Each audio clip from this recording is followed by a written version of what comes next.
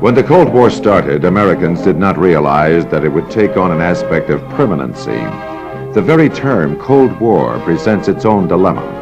Obviously, the Cold War does signify a conflict involving propaganda, economics, prestige, diplomacy, threats, espionage, and so-called isolated brushfire wars.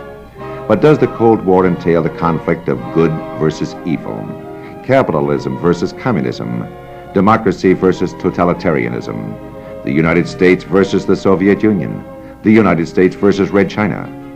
It is clear to Americans that the communist world has selfish goals, but does the United States have any selfish goals? These are profound questions.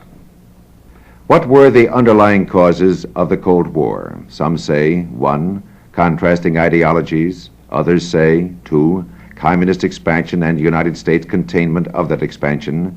3, the balance of power vacuum after World War II. 4, rivalry, military, economic, and technological between East and West. In July 1947, George F. Kennan, in an article titled X, The Sources of Soviet Conduct, wrote, "We are going to continue for a long time to find the Russians difficult to deal with. In these circumstances, it is clear that the main element of any United States policy toward the Soviet Union must be that of a long-term patient but firm and vigilant containment of Russian expansive tendencies." At that moment in history, little did Americans realize that containment would take on the aspect of an international crusade. What were the alternative choices to the policy of containment? Secretary of Commerce Henry Wallace was the first critic of President Truman's policy toward the Soviet Union. In September 1946, Wallace spoke out in a speech delivered at Madison Square Garden, New York City. He said, "We should recognize that we have no more business in the political affairs of Eastern Europe than Russia has in the political affairs of Latin America, Western Europe, and the United States." And in a letter to President Truman, Wallace stated that international unity could only be achieved through the establishment of mutual trust between nations. Both the United States and Russia were acting in their own self-interest. President Truman asked Wallace to resign. Professor Hans Morgenthau, believing that containment was an unrealistic approach to national security, however, reasoned that the United States would also have to assume the role of international policeman. He theorized that no matter how rich or powerful, a nation had to choose priorities carefully because of limited resources and manpower. The realities of the immediate post-World War II world were that the Soviet Union took advantage of the power vacuum created in Asia and Europe by the defeat of Germany and Japan. And when at Yalta in 1945, Roosevelt told Churchill and Stalin that he doubted that Congress would consent to keeping American troops in Europe much more than 2 years, it was obvious that the United States had no intention of filling the power vacuum. Britain and France were completely exhausted, but the Soviet Union, however, always mindful of her own security, was there to fill the power vacuum both in Europe and Asia. For centuries, and especially after World War I, Russia became conscious of her tenuous geographic position. Strategic considerations prompted Russia to overpower the Baltic states and Poland. Consequently, when the World War II ended, the Soviet Union, 1, kept troops at peak strength in Central Europe and Asia, 2, helped local communist parties take control of Bulgaria, Poland, Hungary, Yugoslavia, Albania, Czechoslovakia, East Germany, and North Korea. 3, established the International Cominform. 4, stripped East Germany and Manchuria of vast quantities of industrial equipment. 5, closed down contacts between Soviet citizens and the non-communist world. 6, did not withdraw troops from Iran until forced to, by vigorous protest from the United States and the UN. In 1947, notified by Great Britain that she could no longer maintain forces in Greece and the Eastern Mediterranean, the United States took action under a policy called the Truman Doctrine. Its objective was to halt further communist expansion. On March 12, 1947, President Truman said, "The peoples of a number of countries of the world have recently had totalitarian regimes forced upon them against their will. At the present moment in world history, nearly every nation must choose between alternative ways of life. The choice is too often not a free one. One way of life is based upon the will of the majority and is distinguished by free institutions, representative government, free elections, guarantees of individual liberty, freedom of speech and religion, and freedom from political oppression. The second way of life is based upon the will of a minority, forcibly imposed upon the majority. It relies upon terror and oppression, a controlled press and radio, fixed elections, and the suppression of personal freedoms. The seeds of totalitarian regimes are nurtured by misery and want. The free peoples of the world look to us for support in maintaining their freedoms. If we falter in our leadership, we may endanger the peace of the world, and we shall surely endanger the welfare of our own nation. After Truman's speech, American foreign policy revolved around the conflict between Soviet totalitarianism and American democracy, and the method applied to defuse the conflict was containment.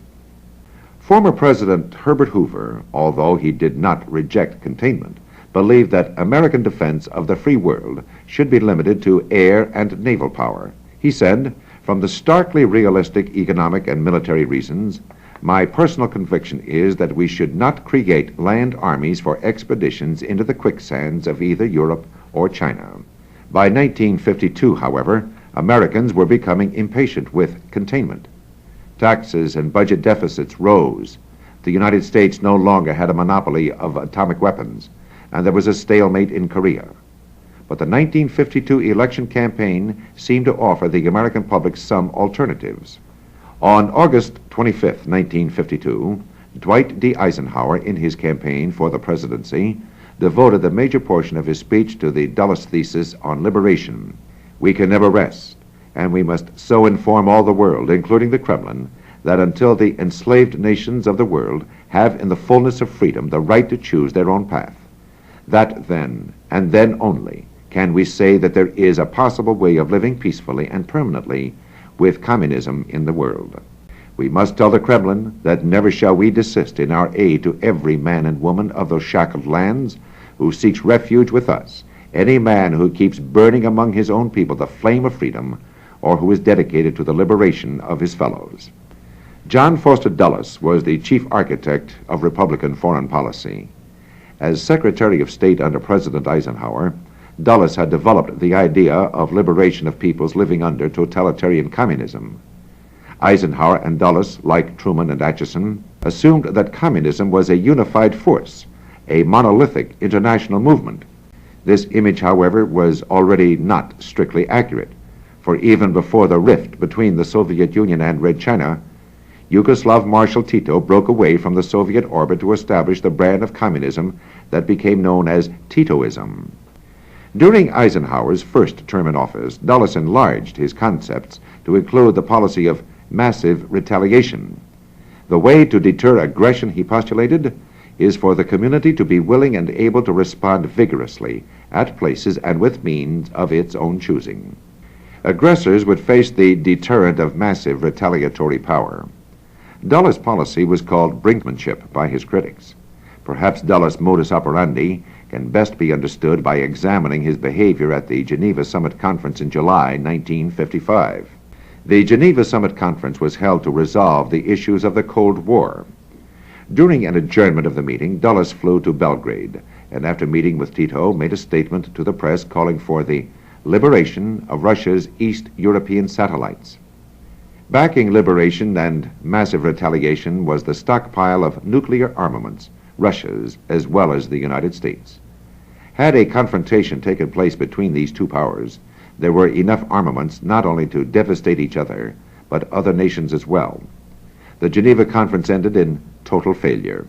Russian control over Poland, however, had relaxed somewhat after Stalin's death in 1953, and in 1956 Khrushchev, at the 20th Communist Party Congress, denounced Stalin.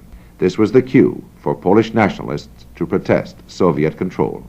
Riots broke out, and Russian tank formations began to converge on Warsaw. Władysław Gomułka, as first secretary of the Polish Communist Party, asserted the national independence and sovereignty, and the rights of each nation to sovereign self-government, adding, of course, deep friendship towards the Soviet Union. Thereafter, Poland won some measure of autonomy. The tanks turned around. The Hungarian Revolt later that same year, however, ended tragically. Khrushchev sent an estimated 200,000 troops to crush the revolt. Tens of thousands of civilians were killed. Executions and imprisonments were extensive, and approximately 195,000 Hungarians fled to the west for safety. For the American government, it caused a crisis in conscience. Here was the perfect instance to enforce liberation and massive retaliation. The United States government, however, restricted its actions to moral support of the freedom fighters and condemnation of Russia, because direct involvement could result in a confrontation with Soviet Russia that the United States feared would lead to nuclear war.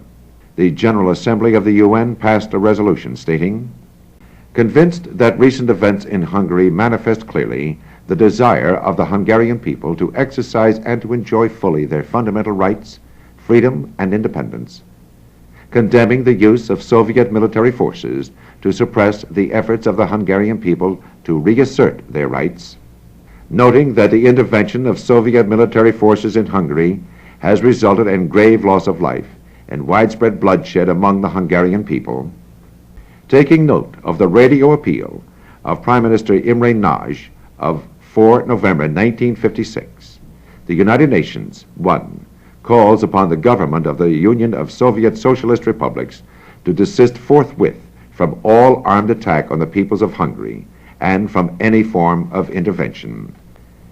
In reassessing American foreign policy, George F. Kennan suggested a policy of disengagement, whereby American forces and Russian forces would be withdrawn from Western and Eastern Europe respectively, and Germany would be unified and neutralized. These actions together would lessen the danger of a stalemate or of an incident touching off a war. Certainly, from Russia's point of view, fear of a unified Germany canceled out the possibility of disengagement.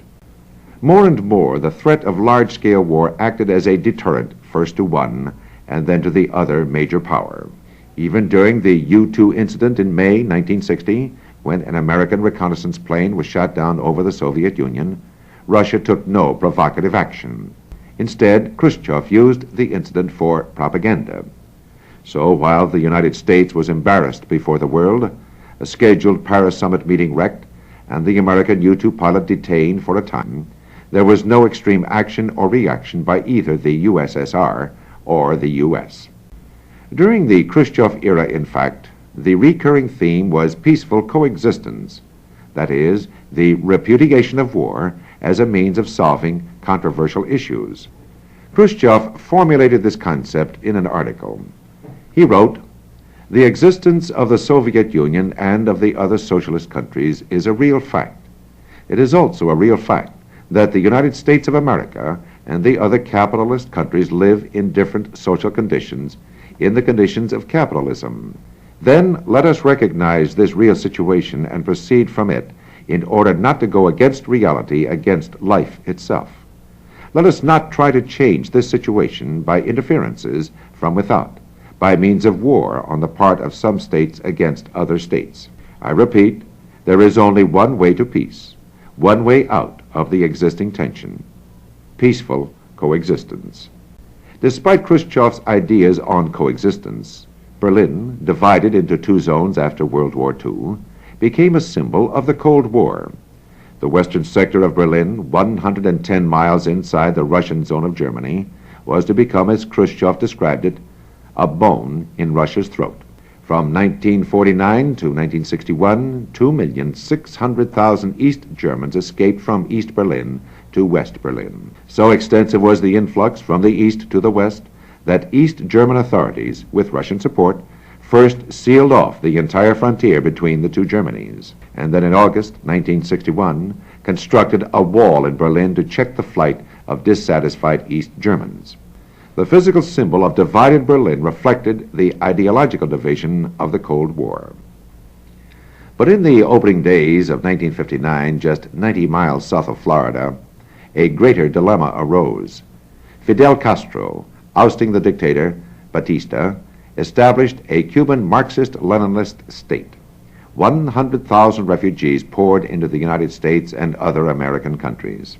Scarcely 2 years later, on April 17, 1961, a force of Cuban exiles financed by the United States Central Intelligence Agency unsuccessfully attempted to invade Cuba. President Kennedy, unable to risk military confrontation with the Soviet Union, did not extend full support to the rebels. The Bay of Pigs invasion ended in defeat. In October 1962, the fate of the world hung in balance because of Cuba once again. President Kennedy learned from intelligence sources that the Soviet Union had been installing nuclear missiles capable of reaching every important city in the Western Hemisphere. After a week of secret staff meetings, President Kennedy, on October 22, 1962, appeared on a television broadcast and revealed what had been happening in Cuba.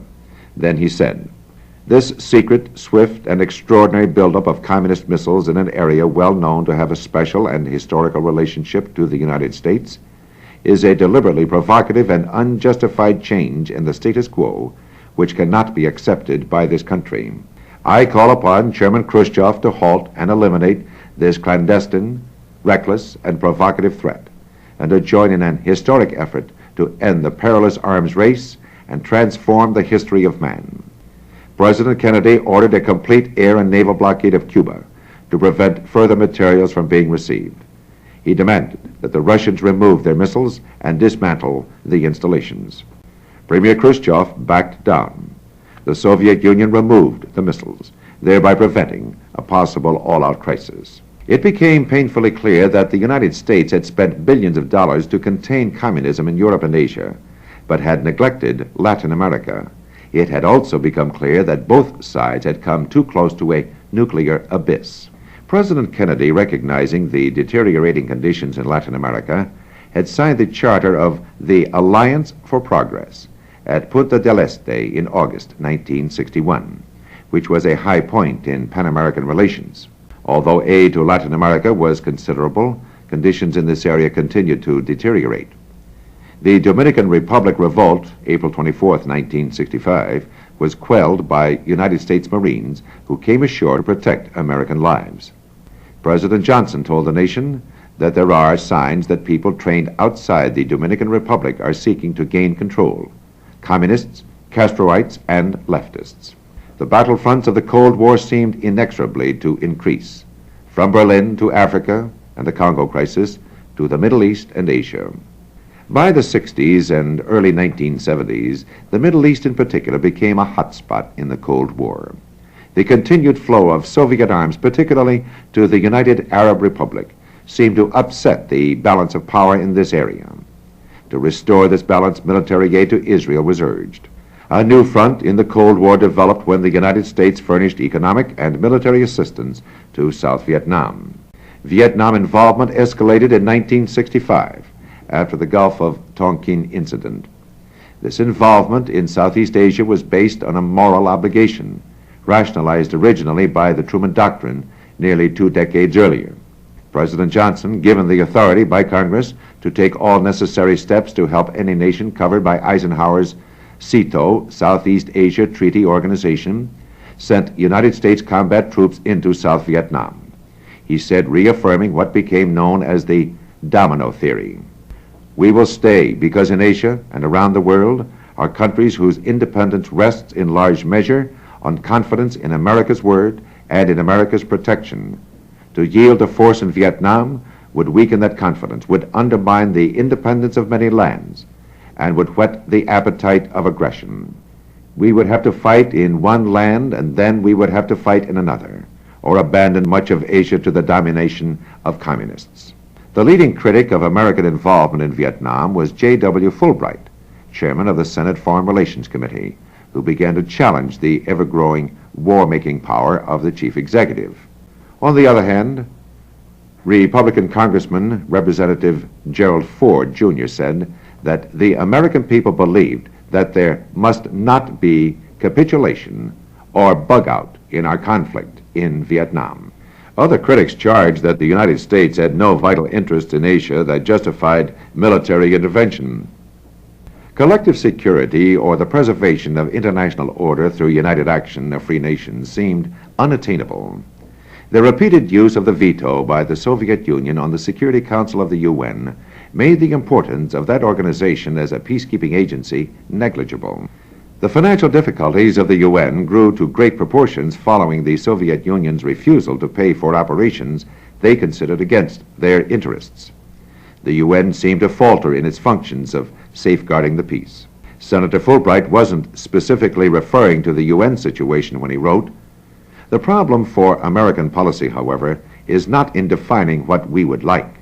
It is rather how to achieve what we would like, or failing that, how to live with the best we can get." The original group of critics of American foreign policy was joined by a wide cross-section of the American public. The high costs of Vietnam, in terms of American lives, and unresolved conflicts at home kept mounting. Although the Sino-Soviet rift somewhat softened the theory of the monolith of communism, it did little to relieve the apprehension of many Americans. An apparent thaw in American-Chinese relations occurred in April of 1971. A presidential commission recommended that the United States seek the admission of Communist China into the United Nations. The Pentagon Papers, revealing the decision-making process involved in the escalation of the Vietnam War, sent out shockwaves that reverberated throughout American society. The ideological division between East and West could clearly be seen by not only two Chinas, but two Koreas, two Vietnams, and two Germanys. The Cold War, a struggle for supremacy between the East, Russia, and the West, United States, has been a war of words, revolutions, and small hot wars. However, the ultimate challenge of the Cold War began to manifest itself as a challenge to Western institutions. The questions were, could the United States maintain the policy of containment without straining its democratic institutions? When would there be a termination of the hostilities that have been termed the Cold War?